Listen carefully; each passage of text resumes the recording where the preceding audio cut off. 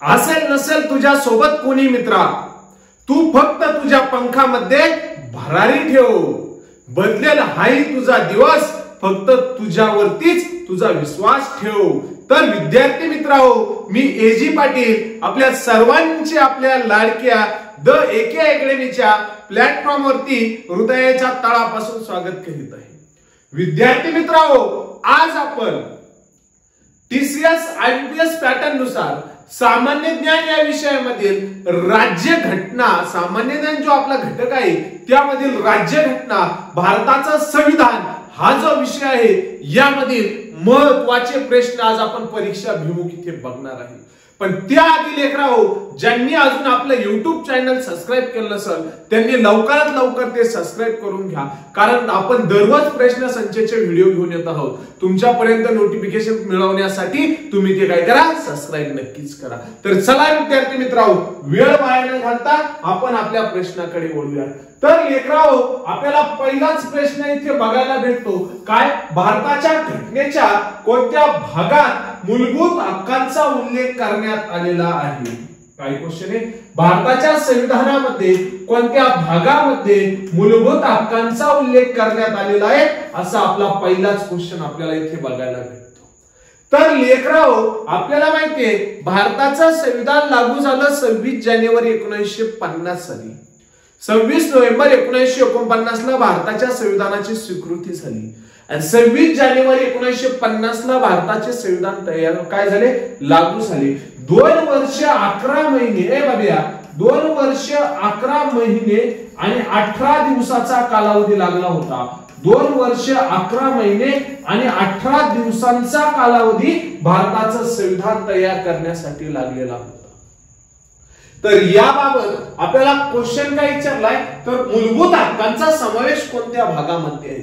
तर विद्यार्थी मित्रांनो, जेव्हा भारताचं संविधान स्वीकारलं ना, तेव्हा भारताच्या संविधानामध्ये फक्त 22 भागांचा समावेश होता. जेव्हा भारताचं संविधान स्वीकारलं ना, तेव्हा भारताच्या संविधानामध्ये फक्त 22 भाग होते. आज रोजी भारताच्या संविधानामध्ये 25 भागांचा समावेश आहे. आज रोजी भारताच्या संविधानात किती भागांचा समावेश आहे? 25 भागांचा समावेश आहे. त्यामध्ये भाग क्रमांक 1 चा जर आपण विचार केला तर भाग क्रमांक 1 मध्ये भारत हा राज्यांचा संघ आहे. संघ राज्य व त्यांचे राज्यक्षेत्र, संघ राज्य व राज्यक्षेत्र अशी तरतूद केलेली आहे. संघ राज्य व राज्य क्षेत्रांची तरतूद भाग 1 मध्ये केलेली आहे. जर आपण भारताच्या संविधानाच्या भाग 2 चा जर विचार केला तर भाग 2 मध्ये मित्रांनो, बघूया, भाग 2 मध्ये जी तरतूद आहे, भाग 2 मध्ये जी तरतूद आहे लगा, ती म्हणजे भाग 2 मध्ये कोणती तरतूद आहे बघ. भाग 2 मध्ये लगा तरतूद आहे सिटिझनशिप, नागरिकत्व. नागरिकत्व भारताच्या संविधानामध्ये भाग 2 मध्ये कलम 5 ते 11 मध्ये नागरिकत्वाची तरतूद केलेली आहे. भारताच्या संविधानात बघा, भारतामध्ये 1955 साली भारतीय नागरिकत्व कायदा लागू करण्यात आलेला आहे. भारतात भारतीय नागरिकत्व कायदा कधी लागू करण्यात आलाय? 1955 साली भारतामध्ये भारतीय नागरिकत्व कायदा तिथे लागू करण्यात आलेला आहे. कधी? 1955 साली भारतीय नागरिकत्व कायदा लागू करण्यात आलेला आहे, ते लक्षात ठेवा. त्यानंतर भाग 3 चा जर आपण विचार केला तर भारताच्या संविधानाच्या भाग 3 मध्ये मूलभूत हक्कांचा समावेश आहे. भाग 3 मध्ये कशाचा समावेश का? मूलभूत हक्क. भारताच्या संविधानाच्या भाग 3 मध्ये मूलभूत हक्कांचा समावेश आहे. आणि भाग 4 चा जर आपण विचार केला, बघा, भाग 4 चा जर आपण विचार केला तर तिथे मार्गदर्शक तत्वांचा आपला वापर केलेला आहे. काय? मार्गदर्शक तत्वे. मार्गदर्शक तत्वे भाग 4 मध्ये काय आहेत? मार्गदर्शक तत्वे. भाग 3 मध्ये काय आहे? मूलभूत हक्क आहेत. आपल्याला काय विचारलंय? कोणत्या कलम भागामध्ये मूलभूत हक्कांचा समावेश आहे? भाग 3 मध्ये. जर कलम विचारलं असतं तर भारताच्या संविधानाच्या कलम 12 पासून ते कलम 35 पर्यंत मूलभूत हक्कांची तरतूद आहे. कलम 1 पासून ते 4 पर्यंत संघ राज्याची तरतूद आहे. कलम 5 पासून ते 11 पर्यंत नागरिकत्वाची तरतूद आहे. कलम 36 पासून ते कलम 51 पर्यंत मार्गदर्शक तत्वे आहेत आपले. आणि कलम 51 ए मध्ये नवीन भाग 4 ए समाविष्ट केला. कोणता 4A हा भाग कलम 51 ए मध्ये समाविष्ट केला. त्यात मार्गदर्शक कर्तव्य आहेत. मार्गदर्शक कर्तव्यांचा समावेश आपल्या मूलभूत कर्तव्य आहेत. काय आहेत? मूलभूत कर्तव्य भाग 51 काय कलम 51A भाग 4A मध्ये मूलभूत कर्तव्य आहेत. ओके, राहील लक्षात. त्यानंतरला क्वेश्चन दुसरा, भारत छोडो आंदोलन कोणत्या वर्षी सुरू करण्यात आले? आपल्याला माहिती 8 ऑगस्ट 1942 साली भारत छोडो आंदोलन सुरू करण्यात आलेले आहे. भारत छोडो आंदोलनाला सुरुवात कुठून झाली आहे? तर मुंबई मधून झालेली आहे. भारत छोडो आंदोलनाला सुरुवात कुठून झाली आहे? मुंबई मधून झालेली आहे. तर बाबा 1942 चा जर उल्लेख केला तर 1942 मध्ये ब्रिटन मध्ये निवडणुका झाल्या आणि ऍटली नावाचा व्यक्ती 1942 ला ऍटली नावाचा व्यक्ती ब्रिटनचा पंतप्रधान बनला. भारताला स्वातंत्र्य भेटलं 15 ऑगस्ट 1947. तुला क्वेश्चन पडेल 15 ऑगस्ट 1947 ला जेव्हा भारताला स्वातंत्र्य भेटलं तेव्हा भारताला स्वातंत्र्य भेटले तेव्हा ब्रिटनचे पंतप्रधान कोण होते? PM from Britain. ब्रिटनचे पंतप्रधान कोण होते? तर ब्रिटनचे पंतप्रधान होते ऍटली नावाचा व्यक्ती. कोण होते? ऍटली नावाचा व्यक्ती. 1942 साली या ऍटलीने भारतामध्ये क्रिप्स मिशन पाठवले होते. भारतामध्ये काय पाठवले होते?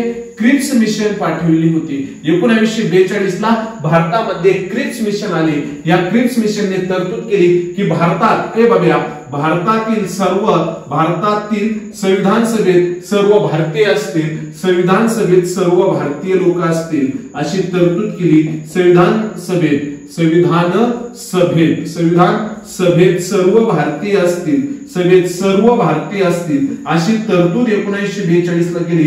पण मुस्लिम लीगने क्रिप्स मिशनचा नकार दिला. नकार कोणी दिलाय? मुस्लिम लीगने नकार दिलेला आहे. मुस्लिम लीगने काय केलाय? क्रिप्स मिशनचा नकार दिलाय. तर 1942 ला भारताला ते लक्षात ठेवा. योग्य जोड्या जुळवा. आता आपल्याला एमपीएससी तिकडे योग्य जोड्या जुळवायला विचारत होते. आता आपल्याला आयबीएस टीपीसीएस पॅटर्न नुसार सुद्धा जोड्या जुळवण्यासाठी प्रश्न येत आहेत. तर लेखा आता जोड्या जुळवण्यासाठी सर्वात पहिल्यांदा लक्षात घ्यायचं, जेव्हा एका बाजूला घटक दिलेले, एका बाजूला देश दिलेले, म्हणजे याला म्हणतात अ गट आणि याला म्हणतात ब गट. काय म्हणायचं आपल्या भाषेत? अ गट आणि ब गट. अ गटाच्या जोड्या ब गटासोबत जोडवायच्या. ओके, आणि इकडे अ गट आहे, ब गट आहे, क गट आहे आणि ड गट आहे. आता हे अ गटाचे एवढे ऑप्शन आहेत, ब गटाचे एवढे ऑप्शन आहेत, क गटाचे एवढे ऑप्शन आहे आणि ड गटाचे एवढे ऑप्शन आहे. ऑप्शन सुरू काय होतात? 1 नंबरचा ऑप्शन, 2 नंबरचा ऑप्शन, 3 नंबरचा ऑप्शन, 4 नंबरचा ऑप्शन. म्हणजे आपले पर्याय हे 4 पर्याय आहे. आता अ गटाकडे काय? राष्ट्रपती पद. राष्ट्रपती पद कोणत्या देशाकडनं घेतलं ते इथं शोधायचं आणि इथं शोधल्यानंतर याच्यात कुठे ते आळं मारून ठेवायचं. आता राष्ट्रपती पद भारताने ब्रिटन या देशाकडनं घेतलं. कुठून घेतलंय? ब्रिटन या देशाकडनं घेतलंय. कुठून? राष्ट्रपती हे पद भारताने ब्रिटन या देशाकडे भेटलंय. म्हणजे अ चं उत्तर काय पाहिजे? 1 नंबर पाहिजे. अ चं उत्तर 1 नंबर इथं पण आहे आणि इथं पण आहे. ओके, इथं 4 नंबर याचं आणि 2 नंबर याचं. म्हणजे आपलं तिसरं आणि चौथं ऑप्शन राहणार नाही, ते स्किप झालं.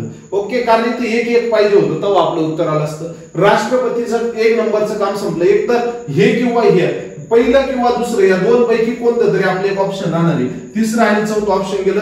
एक तर पहिलं राहील किंवा दुसरं राहील. पहिलं दुसरं का? दोन्ही पैकी एक का? कारण अ च्या खाली इथं एक आहे, इथं एक आहे. ओके, त्यानंतर मूलभूत हक्क.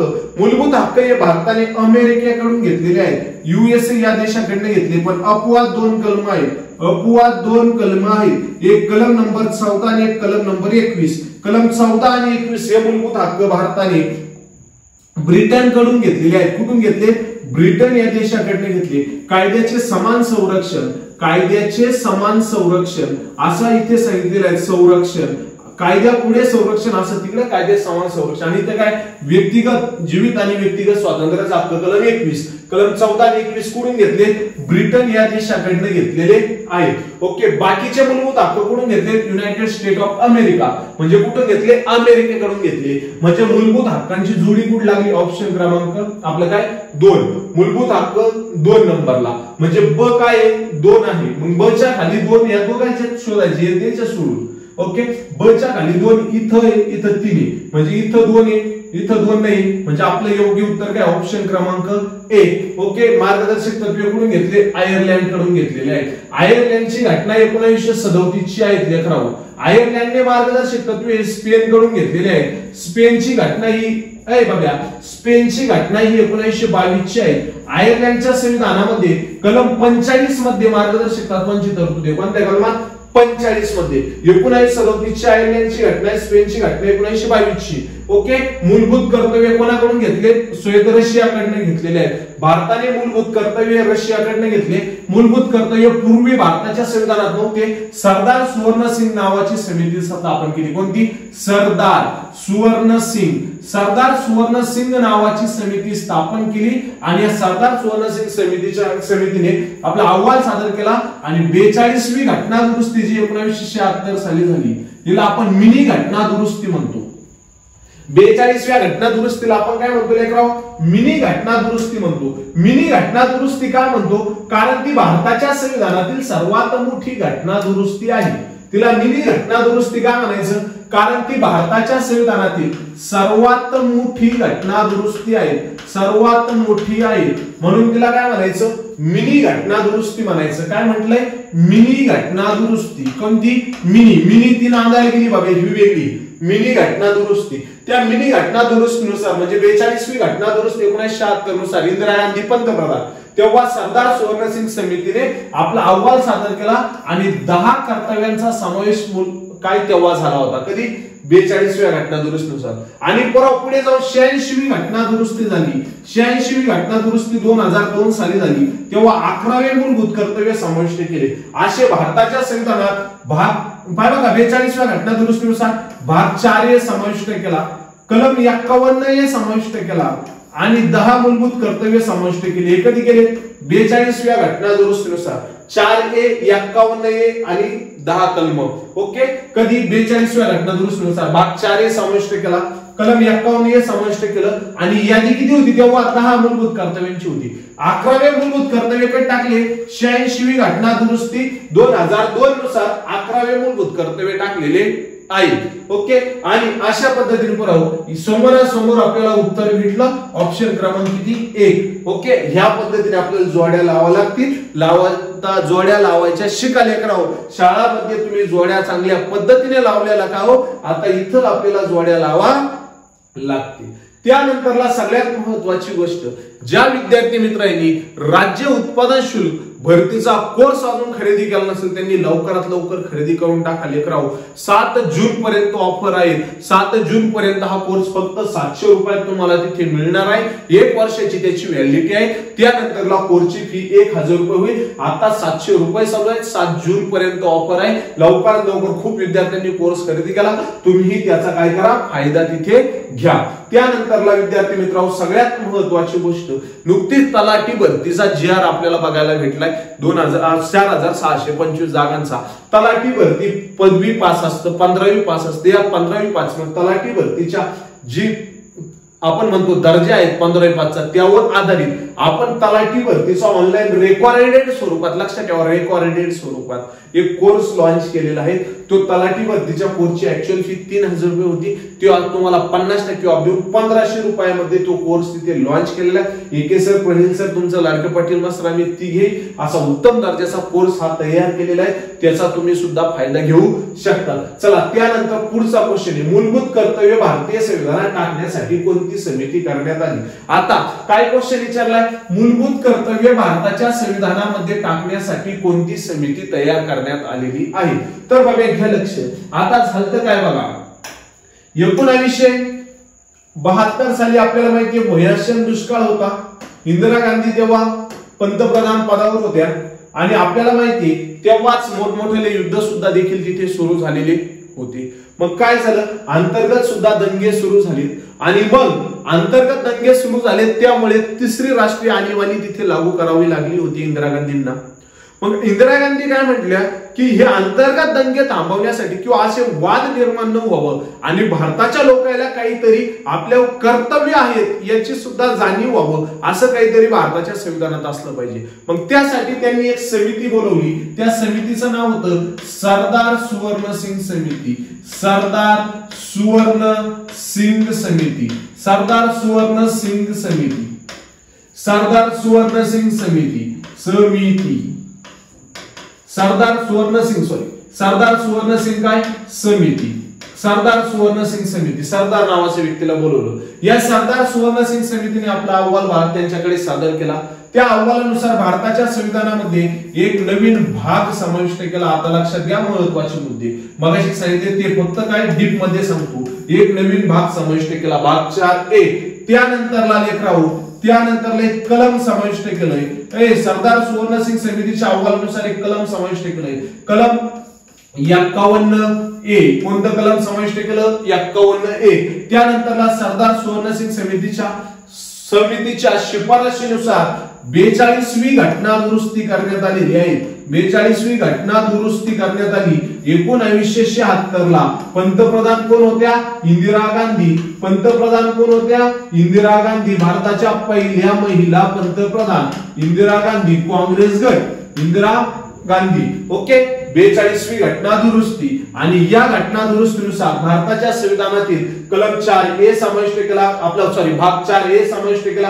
कलम 51A समाविष्ट केला. 42वी घटना दुरुस्तीनुसार हे दोन समाविष्ट केले आणि त्यामध्ये लेखराव एकूण यादी टाकली कलमांची. बाब्या यादी टाकली कलमांची. किती यादी टाकली तर बघा, सरदार सुवर्ण सिंग समितीच्या सांगण्यावरून 7 कलम आपले काय यादी 7 कर्तव्य तिथे टाकले. किती? 8 कर्तव्य. किती कर्तव्य टाकले? 8 कर्तव्य तिथे टाकलेले आहेत. सरदार सुवर्ण सिंगने जे सांगितलं त्यावरून 8 कर्तव्य टाकले आणि संसदेने त्यांचे 2 कर्तव्य टाकले. असे 42व्या घटना दुरुस्तीनुसार किती कर्तव्य समाविष्ट झाले? 10 कर्तव्य तिथे समाविष्ट झालेले आहेत.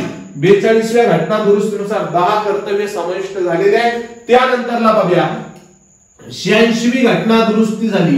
86वी घटना दुरुस्ती झाली 2002 साली. 86वी घटना दुरुस्ती 2002 साली झाली. त्या 86व्या घटना दुरुस्तीनुसार आणखी 11वे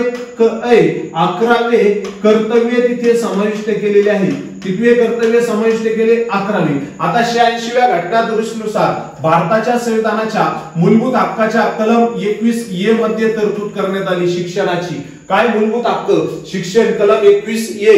त्यानंतरला मार्गदर्शक तत्वांमध्ये कलम 45 मध्ये देखील तरतूद केलेली आहे आणि त्यानंतरला कलम 51A मध्ये 11वे कलम किंवा 11वे कर्तव्य तिथे समाविष्ट केलेले आहे. हे कधी केलंय?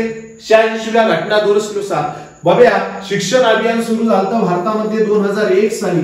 शिक्षण अभियान कधी सुरू झालं भारतात? 2001 साली. आणि 2002 साली 86व्या घटना दुरुस्तीनुसार याला घटनात्मक दर्जा देण्यात आला. काय देण्यात आला? घटनात्मक दर्जा देण्यात आला. आणि मग बाबा तुई आली पेन्सिल. तुई काय आली बाबा?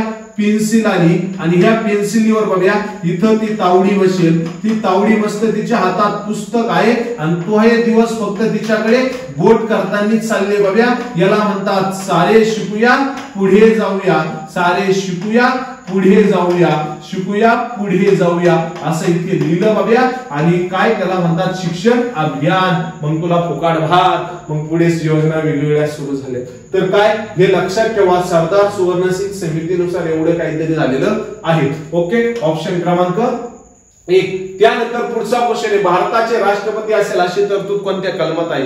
भारताच्या संविधानाच्या कलम 52 मध्ये तरतूद केली आहे की भारताचे राष्ट्रपती तिथे असतील. कलम 52 मध्ये भारताचे राष्ट्रपती असतील. कलम 53(1) मध्ये भारताचे राष्ट्रपती हे भारताचे नामधारी कार्यकारी प्रमुख असेल. कलम 53(2) मध्ये भारताचे तिन्ही संरक्षण दलाचे सरसेनापती म्हणून राष्ट्रपती कार्य करतील. भारताची एकता, एकात्मता आणि अखंडता यांचे प्रतीक म्हणून राष्ट्रपती कार्य करतील. भारताची एकता, एकात्मता आणि अखंडता यांचे प्रतीक राष्ट्रपती असेल. तिन्ही संरक्षण दलाचे सरसेनापती राष्ट्रपती असेल. भारताचे प्रथम नागरिक राष्ट्रपती असेल. त्यानंतर कलम 54 मध्ये राष्ट्रपतीची निवडणूक. कलम 55 मध्ये निवडणुकीची पद्धत.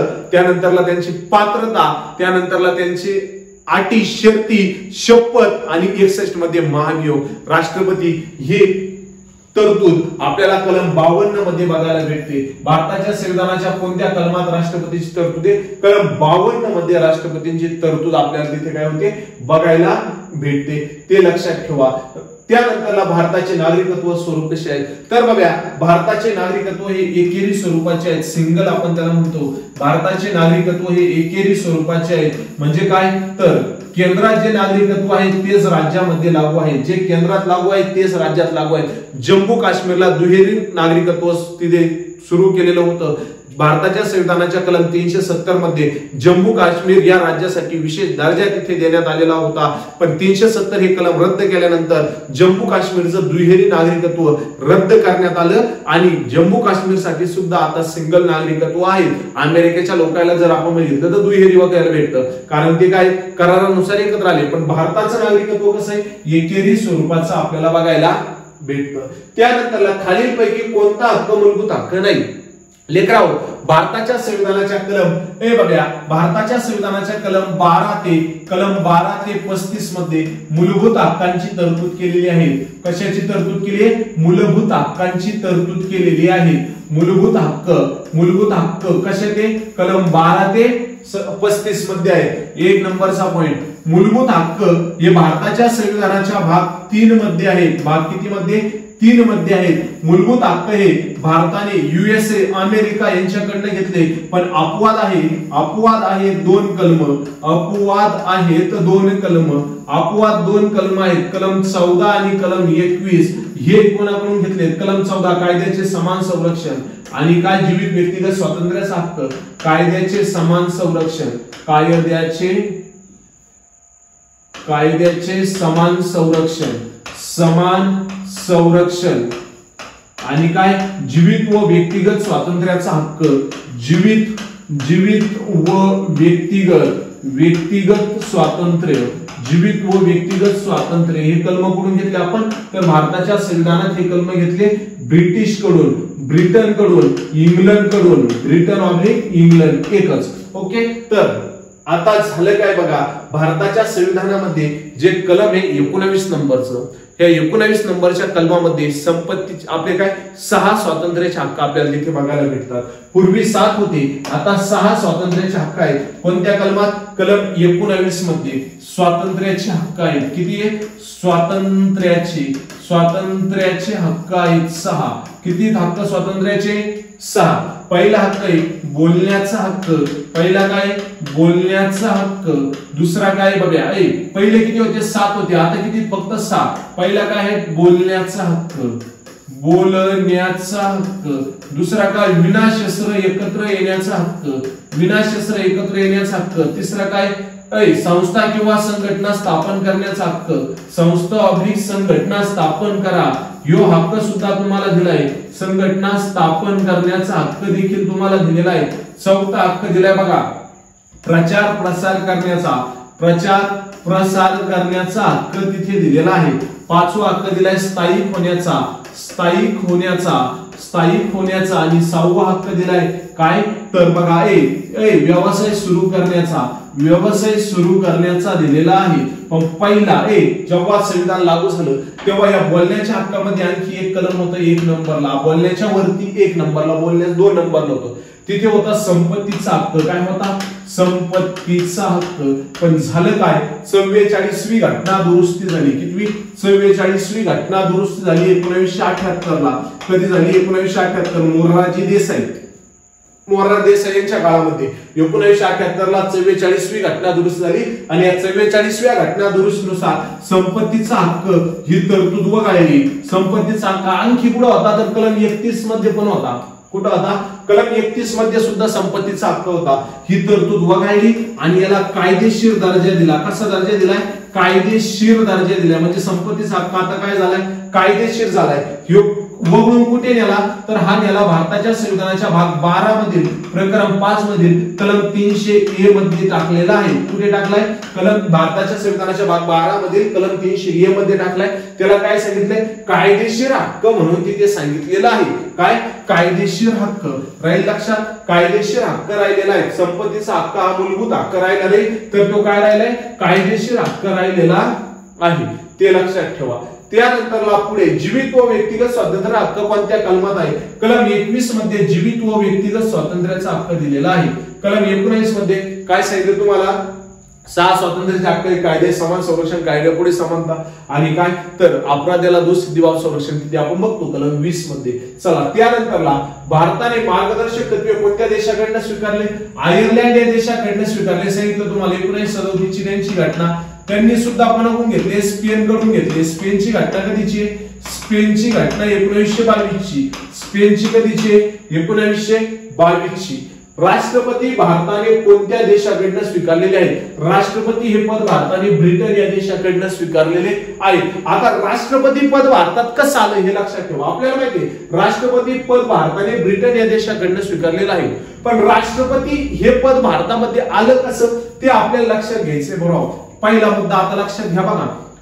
बघा 1608 मध्ये इंग्रज भारतात आली. बघा कोण? 1608 मध्ये इंग्रज भारतात आले. कॅप्टन हॅकिंग्स नावाचा व्यक्ती सर्वात प्रथम भारतामध्ये आला. तेव्हा मुघल बादशाह जहांगीर होता. मग झाले काय? 1757 मध्ये प्लासीचं युद्ध झालं. 1757 ला प्लासीचं युद्ध झालं. 1764 ला बक्सरचे युद्ध झाले. बक्सरच्या युद्धामुळे उत्तरेकडील 3 प्रांतांमध्ये ब्रिटिश ईस्ट इंडिया कंपनीचा प्रसार झाला. कुठे? अवध प्रांतात, त्याच्यानंतरला आसाम, त्याच्यानंतर बंगाल. आपल्याला माहिती ती. ओके, बंगाल, बिहार आणि ओरिसा आपण त्याला म्हणतो. बंगाल, बिहार आणि ओरिसा या प्रांतांमध्ये त्यांचा काय झाला?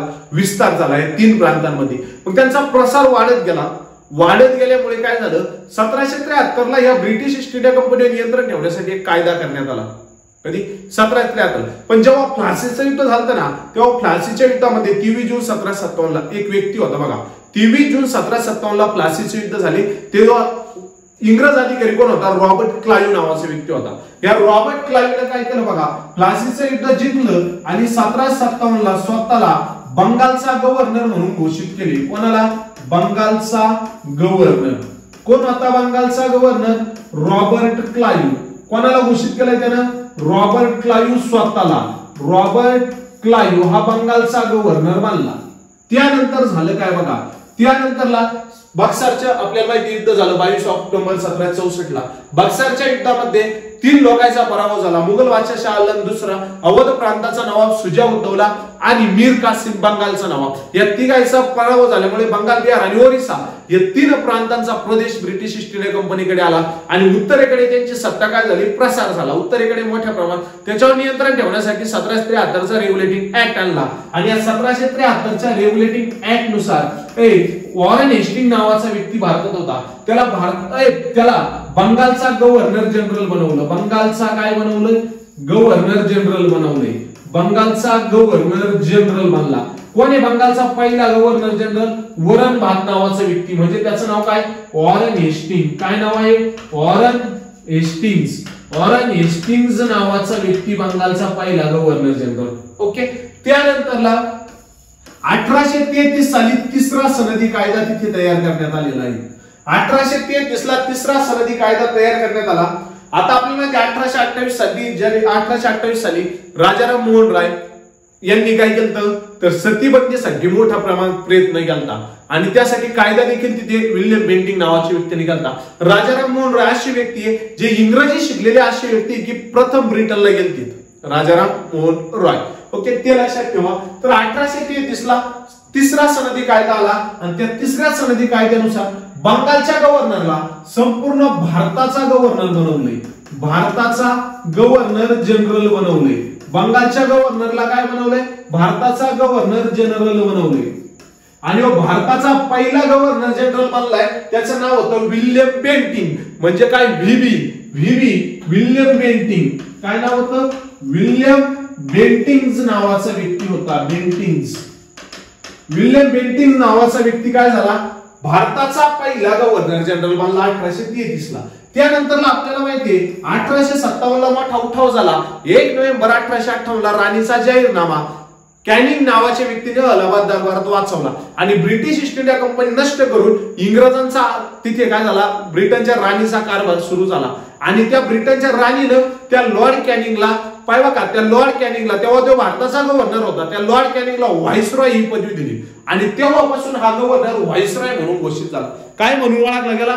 व्हाईसरॉय कधीपासून 1858 पासून 1858 पासून भारताचे गव्हर्नर जनरल काय झाले भारताचे गव्हर्नर जनरल व्हाईसरॉय झाला भारताचा governor general in viceroy general in काय झाला व्हाईसरॉय झाला इन व्हाईसरॉय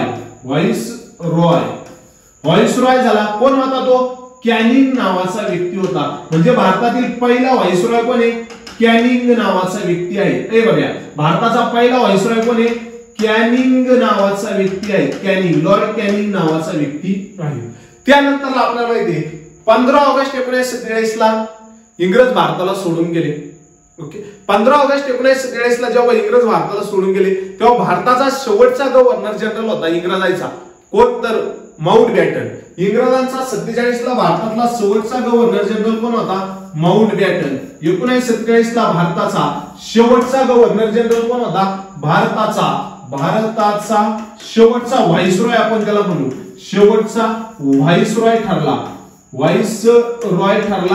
माउंटबॅटन कोण ठरला लॉर्ड माउंटबॅटन आता लॉर्ड माउंटबॅटन जाता जाता काय केलं बघा लॉर्ड माउंटबॅटनने 1947 ला बाबा 1947 मध्ये स्वतंत्र भारताचा पहिला भारतीय गव्हर्नर म्हणून एका व्यक्तीची नियुक्ती केली स्वतंत्र भारताचा पहिला भारतीय गव्हर्नर स्वतंत्र भारताचा प्रथम भारतीय गव्हर्नर म्हणून एका व्यक्तीची नियुक्ती केली भारतीय गव्हर्नर म्हणून एका व्यक्तीची नियुक्ती केली स्वतंत्र भारताचा प्रथम भारतीय गव्हर्नर म्हणून एका व्यक्तीची नियुक्ती केली त्याचं नाव होतं बघा काय तर सी राजगोपालचारी काय नाव होतं सी राजगोपालचारी आणि सी राजगोपालचारी यांचं पद गेल्यानंतर भारताचे हंगामी राष्ट्रपती तिथे आले आणि तेच भारताचे पहिले राष्ट्रपती ठरले डॉक्टर राजेंद्र प्रसाद आता कोण आहे भारताचे सध्याचे राष्ट्रपती द्रौपदीताई मुर्मू आहेत तर अशा पद्धतीने राष्ट्रपती हे पद भारतात आलेले पुरावा लक्षात राहील चला याच्यावरती तुम्हाला क्वेश्चन पडतात पहिलं लक्षात ठेवा त्यानंतरला पुढचा क्वेश्चन आहे तर मित्रांनो काय क्वेश्चन आहे महाराष्ट्र राज्याची लोकसभेत एकूण सदस्य संख्या किती आहे महाराष्ट्र राज्याची लोकसभेत किती सदस्य संख्या आहे ऑप्शन आपल्या समोर आहे आता बघा पूर्वी जी भारताची जी लोकसभा होती भारताची लोकसभा त्यात महाराष्ट्रातले किती सदस्य असं विचारलंय तर भारताच्या लोकसभेमध्ये पूर्वी काय व्हायचं 552 सदस्य तिथे असायचे किती 552 पण 104वी घटना दुरुस्ती जी झाली या 104व्या घटना दुरुस्तीनुसार काय झालं बघा अँग्लो इंडियनचे 2 प्रतिनिधी राष्ट्रपती नियुक्त करायचे कोणाचे अँग्लो इंडियनचे 2 प्रतिनिधी राष्ट्रपतींद्वारे नियुक्त होत होते हे डायरेक्ट रद्दच करून टाकलं अँग्लो इंडियनचे प्रतिनिधी रद्द झाल्यामुळे लोकसभेत जास्तीत जास्त सदस्य संख्या 550च राहिली जास्तीत जास्त सदस्य संख्या किती राहिली 550 या 550 जास्तीत जास्त सदस्य संख्या राहिली मग पण या 550 पेक्षा जास्त असता कामा नये पण कमी असतील म्हणजे वर्तमान मध्ये परत 543 सदस्य तिथे कार्य करतात वर्तमान मध्ये किती सदस्य 543 सदस्यांपैकी सर्वाधिक उत्तर प्रदेशाचे 80 लोक आहेत तिथं किती 80 त्यानंतरला जर विचार केला तर महाराष्ट्र राज्याचे सदस्य लोकसभेत कोणाचे महाराष्ट्र राज्याच्या लोकसभेत सदस्य संख्या आहे फक्त 48 महाराष्ट्र राज्याच्या लोकसभेतील सदस्य फक्त 48 पण आपल्याला जर विचारलं महाराष्ट्र राज्याच्या लोकसभेत एकूण सदस्य संख्या किती आपलं उत्तर काय आहे 48 आता हे झालं लोकसभेचं आता लोकसभेचा जर आपण विचार केला तर लोकसभेमध्ये लोकसभेमध्ये 84 सदस्य अनुसूचित जातीसाठी आहेत एससी कॅटेगरीसाठी 84 जागा आहेत आणि लोकसभेमध्ये एसटी कॅटेगरीसाठी 47 जागा आहेत लोकसभेमध्ये एससी कॅटेगरीसाठी 84 जागा आहेत आणि एसटी कॅटेगरीसाठी एसटी कॅटेगरीसाठी किती जागा आहेत 47 जागा आहेत 84 आणि 47 या 84 पैकी सर्वात जास्त 17 यूपीचे कोणाचे उत्तर प्रदेशाचे 17 आहेत आणि महाराष्ट्राचे फक्त 5 आहे महाराष्ट्राच्या अनुसूचित जातीचे किती सदस्य लोकसभेत आहेत 5 पैकी कोणते बघा नागपूर त्याच्यानंतर कुठले रामटेक त्यानंतरला अमरावती अमरावती त्यानंतरला शिर्डी, लातूर आणि सोलापूर. शिर्डी, लातूर आणि सोलापूर. लातूर आणि काय सोलापूर. हे 5 अनुसूचित. नागपूरचे कोणते? रामटेकचे. अमरावती, शिर्डी, लातूर आणि सोलापूर. आता जर एसटी कॅटेगरीचा जर विचार केला तर एसटी कॅटेगरी मध्ये सर्वात जास्त एमपीचे, मध्य प्रदेशातले. पुढले मध्य प्रदेशातले. महाराष्ट्राचा जर विचार केला तर एसटी कॅटेगरीचे एमपीचे सर्वात जास्त आहे आणि महाराष्ट्राचा जर विचार केला तर महाराष्ट्रातून 4च. किती आहेत? 4 एसटी कॅटेगरीचे. मग ते कोणते बघा. एक नाशिकची दिंडोरी. नाशिकची काय? दिंडोरी इथला एक सदस्य आहे. दिंडोरी, नाशिकची दिंडोरी इथला एक सदस्य. त्यानंतरला दुसरा जर विचार केला तर चिमूर, गडचिरोली. नंदुरबार आणि पालघर.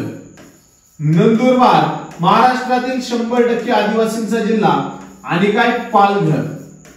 100% आदिवासींचा जिल्हा कोणता आहे? नंदुरबार. दिंडोरी, चिमूर पुढे गडचिरोली, दिंडोरी पुढे नाशिक मध्ये, नंदुरबार आणि पालघर. हे 4 कोणते आहेत? एसटी कॅटेगरीचे. ते लक्षात ठेवा.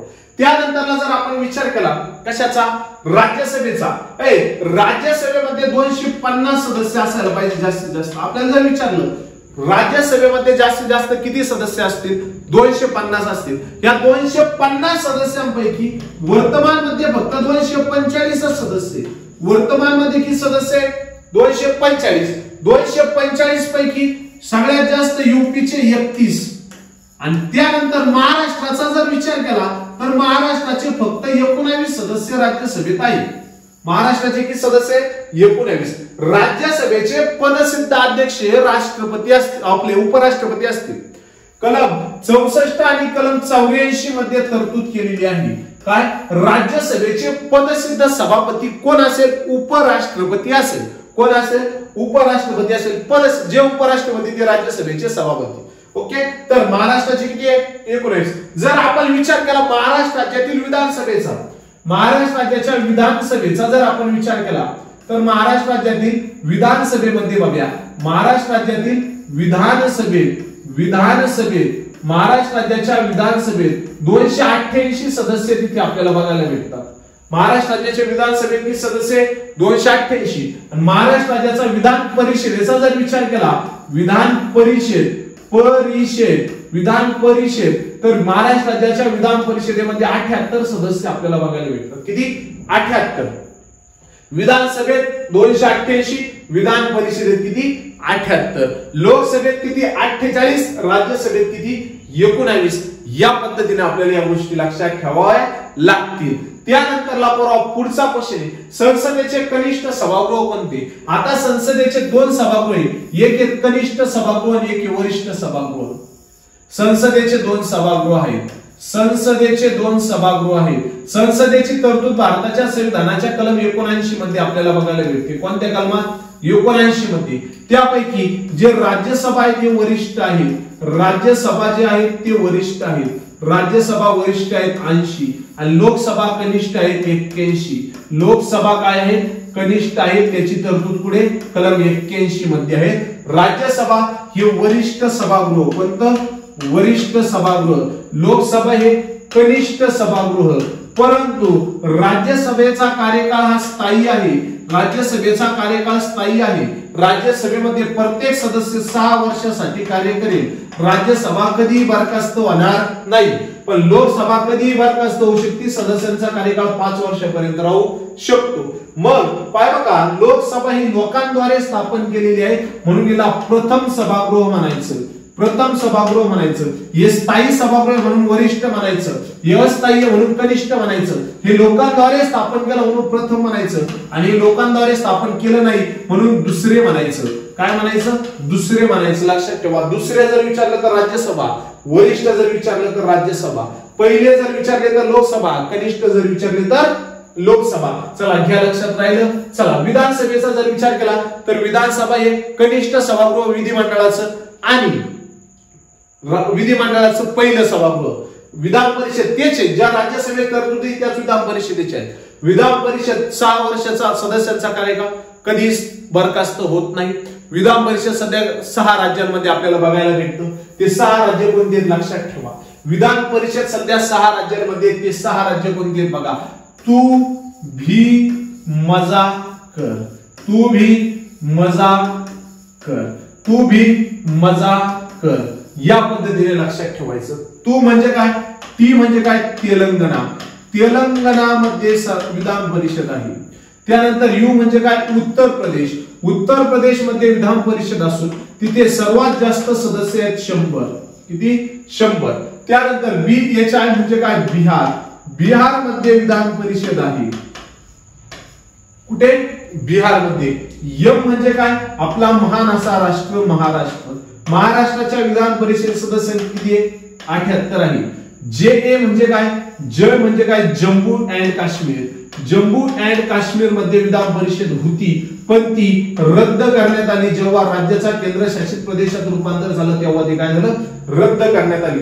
त्यानंतर ए म्हणजे काय, 1 2 3 4. ए म्हणजे काय, आंध्र प्रदेश. आंध्र प्रदेश मध्ये सुद्धा विधान परिषद नष्ट करण्याची तरतूद केलेली होती 2020 मध्ये. आणि नुकतीच कर्नाटक राज्याने देखील विधान परिषद नष्ट करण्याची तरतूद केलेली आहे. चला बाय, तेलंगणा, बघा, तेलंगणा, उत्तर प्रदेश 1, तेलंगणा 2, उत्तर प्रदेश 3, बिहार 4 नंबरला महाराष्ट्र रद्द झाली ती जम्मू काश्मीरची, 5 नंबरला आंध्र प्रदेश आणि 6 नंबरला कर्नाटक. या 6 राज्यांमध्ये विधान परिषद आहे. आंध्र प्रदेशने 2020 साली रद्द करण्याची घोषणा केली, तर 2022 साली कर्नाटकने सुद्धा रद्द करण्याची घोषणा केलेली होती. आणि पश्चिम बंगाल या राज्याच्या मुख्यमंत्री ममताताई बॅनर्जी त्यांनी विधान परिषद स्थापन करण्याची तरतूद केलेली आहे.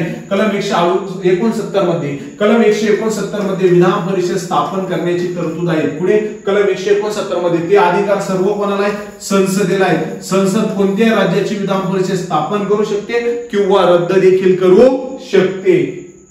त्यानंतरला भारताच्या घटनेच्या भाग 4A मध्ये कशा समावेश आहे, मूलभूत कर्तव्यांचा समावेश आहे. 4A मधील कलम किती आहे, 51A मध्ये. त्याच्यावर जास्त बोललोय. चला, भारताच्या घटनेचा सरनामा कोणी तयार केलेला आहे. भारताच्या घटनेचा सरनामा म्हणजे प्रस्ताविका. आम्ही भारताचे लोक भारताचे सार्वभौम समाजवाद धर्मनिरपेक्ष लोकशाही गणराज्य निर्माण करण्याचा प्रयत्न करतो. न्याय, स्वातंत्र्य, समता, बंधुता, एकता, एकमत आणि अखंडता यांच्या आधारावर 26 नोव्हेंबर 1949 रोजी भारताच्या संविधानाचा स्वीकार करीत आहे. तर आपण 26 नोव्हेंबर 1949 ला भारत संविधानाचा काय केला, स्वीकार केलेला आहे. बरोबर. तर ही प्रस्ताविका तयार केली कुणी, पंडित जवाहरलाल नेहरू यांनी. कोणी तयार केली, पंडित जवाहरलाल नेहरू यांनी. डॉक्टर राजेंद्र प्रसाद यांचा जर विचार केला तर ते संविधान सभेचे अध्यक्ष होते. काय होते, संविधान सभा अध्यक्ष होते. संविधान सभा अध्यक्ष होते. आणि डॉक्टर आंबेडकर, डॉक्टर बाबासाहेब आंबेडकर हे तर घटनाकारच आहेत. ते कोण होते, तर आपल्याला माहिती आहे ते मसुदा समितीचे तिथे अध्यक्ष होते. भारताच्या घटनेच्या कोणत्या भागात कलमात मूलभूत कर्तव्य येते, तर डबल क्वेश्चन आला भाग 4A आणि 51A मध्ये. अस्पृश्यता नष्ट करा. भारताच्या संविधानाच्या कलम 17 मध्ये मूलभूत हक्कांमध्ये अस्पृश्यता नष्ट करा अशी तरतूद आहे. भारताच्या संविधानाच्या कलम 17 मध्ये मूलभूत हक्कांमध्ये अस्पृश्यता नष्ट करा अशी तरतूद आहे. तर कलम 18 मध्ये किताब नष्ट करा अशी तरतूद केलेली आहे. किताब नष्ट करा अशी तरतूद कुठे, कलम 18 मध्ये केलेली आहे. धर्म कोणत्या व्यक्तीचा, धर्म, वंश, जात, लिंग, धर्म, वंश, जात, लिंग, जन्मस्थान आणि जन्मस्थान आणि या गोष्टींवरून भेदभाव केला जाणार नाही. कलम 15 कायद्याचे समान संरक्षण, कलम 14 अस्पृश्यता नष्ट करा, कलम 17 मध्ये आपल्याला बघायला भेटतं. भारताची राज्यघटना केव्हा स्वीकारण्यात आली, मी सांगितलं तुम्हाला 26 नोव्हेंबर 1949 ला भारताच्या संविधानाचा स्वीकार करण्यात आलाय. 2 वर्ष 11 महिने 18 दिवस, 11 महिने 18 दिवसांचा कालावधी लागला होता.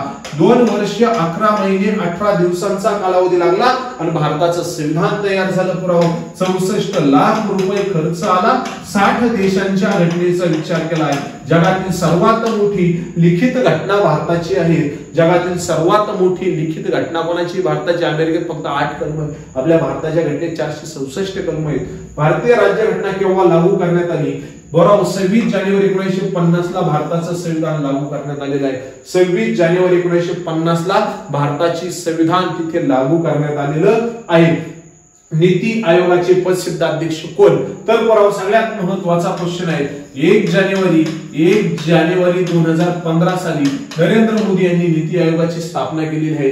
नीती आयोगाचे पदसिद्ध अध्यक्ष हे पंतप्रधान असतात. नीती आयोगाचे पदसिद्ध अध्यक्ष कोण असतात? पंतप्रधान असतात. नीती आयोग 5 वर्षांसाठी कार्य करतो. किती वर्षांसाठी कार्य करतो? 5. पहिल्या नीती आयोगाचा कार्यकाळ होता 2015 ते 2020. दुसऱ्या नीती आयोगाचा कार्यकाळ 2020 ते 2025. अशा पद्धतीने लक्षात ठेवा. पहिल्या नीती आयोगाचे अध्यक्ष पण कोण होते? नरेंद्र मोदी होते. आज सुद्धा कोण आहे? नरेंद्र मोदीच आहे. 24 ला माहित नाही काय होईल, पण आज नरेंद्र मोदी आहेत ते लक्षात ठेवा.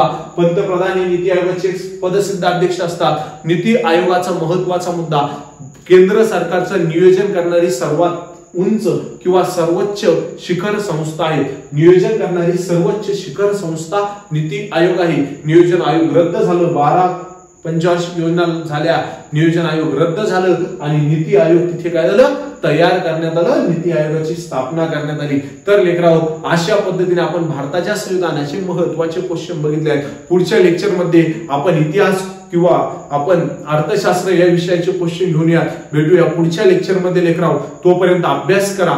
थँक्यू.